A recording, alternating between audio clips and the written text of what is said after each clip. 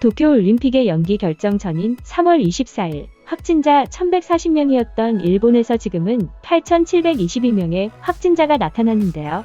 이에 올림픽 때문에 의도적으로 확진자 수를 은폐했다는 의혹이 제기되었고, 올림픽 이전까지 검사 수가 높지 않던 일본도 이제는 검사에 매달리고 있습니다. 그러나 이런 일본에서 아직까지도 증세가 상당히 중증이 아니면 검사를 받을 수 없다는 사실이 도쿄도 의사회의 문서에 나와서 논란이 되었습니다. 문서를 제보한 의사는 이것은 의사회가 도쿄 개업위에게 배포한 문서라고 밝혔습니다. 일본 호생노동성이 발표했던 검사 기준은 37.5도 이상의 고열, 기침, 폐렴 증상 등이 4일 이상 지속되어야 한다는 것이었습니다. 이 기준만으로도 충분히 심각한 정도인데, 이 의사회 문서에는 호생노동성이 발표한 기준 이외에 동맥혈 산소 포화도가 93% 이하로 떨어진 환자들을 대상으로 검사하라는 것이었습니다. 우리는 통상 98% 정도의 산소 포화도로 살고 있는데요. 포화도 93%면 쌕쌕거리는 소리가 들릴 정도로 괴로운 상태여야 하는 것입니다. 이 정도로 위험한 정도가 아니면 검사조차 받을 수 없는 게 일본의 현실인데요. 호생노동성 측은 검사를 희망해도 전원 검사할 수 있는 게 아니라는 입장입니다. 현재 일본의 검사는 하루 7,000여 건 정도입니다. 아베 총리는 하루 2만 건의 검사가 목표라 하고 있지만, 환자 수를 감당 못하는 의료 붕괴를 피하기 위해 검사 수를 사실상 조절하고 있다는 의혹이 있습니다.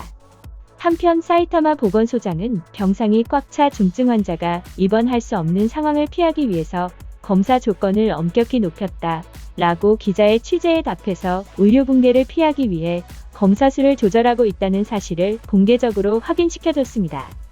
현재 사이타마시 시내 의료기관에서 20명이 입원 중이고, 대기자 또한 20명 안팎인 상황인데, 인력 부족 등으로 인해 증상이 비교적 무겁거나 중간 정도의 확진자만 입원할 수 있다고 밝혔습니다.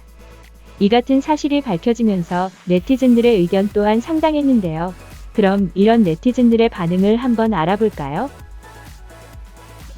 이런 판단을 보건소장이 하는 게 맞는 걸까요?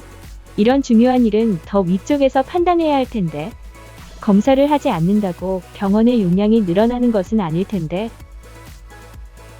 그 결과로 감염 폭발. 이런 일로 병상의 수를 조정하고 있는 나라가 위기 관리를 제대로 하고 있다고 말할 수 있을까? 여기에 재해 같은 게 겹치면 어떻게 되는 거야? 원전과 함께 큰 문제다. 보건소장은 그냥 일이 늘어나는 것이 귀찮았던 거 아냐? 발열 일주일 정도 지났는데 지정 의료기관은커녕 진료조차 받지 않은 직원이 몇 명이나 된다.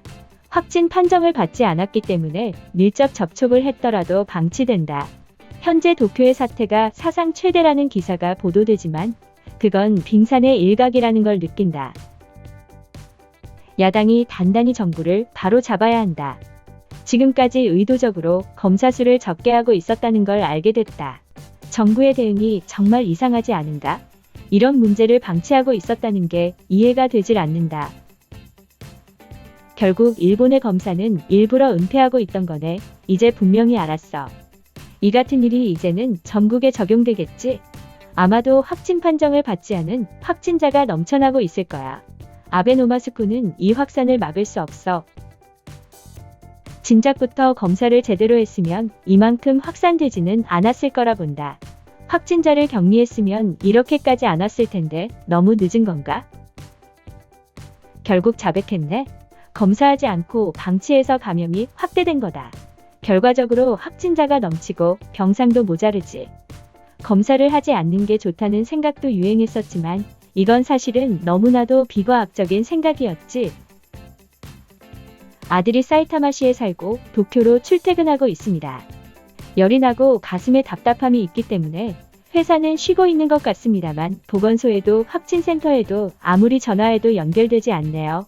이대로는 검사를 받을 수 없나요? 중증 정도가 돼서 구급차를 불러야 검사를 받을 수 있나요? 저는 보건소 관할 의료기관의 직원입니다.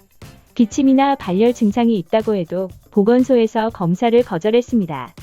전화 대응도 내용을 전혀 모르는 사람이 대응하고 거절 사유도 모호하게 거절합니다. 이미 의료는 붕괴되고 있습니다. 어쨌든 진실을 말해줘. 지금 몇 명을 검사해 줄 수 있어? 확보하고 있다던가 앞으로의 전망이라던가 이런 거 말고 정확한 수치로 얘기해줘. 이제 아무도 믿을 수 없는 상태야. 1월 달에 전국에서 검사 수가 적은 이유가 검사를 할 수 없다고 여러 번 거절당했다고 하네.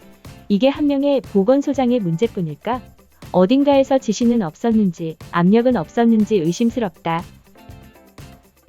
의료 붕괴라고 말하고 있지만 검사를 하지 않으면 슈퍼 전파자가 이곳저곳 돌아다니면서 전파할 경우는 어떻게 대비하냐?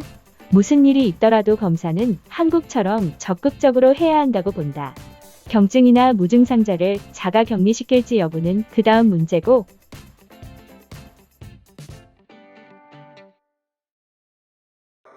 이번 영상은 여기까지입니다.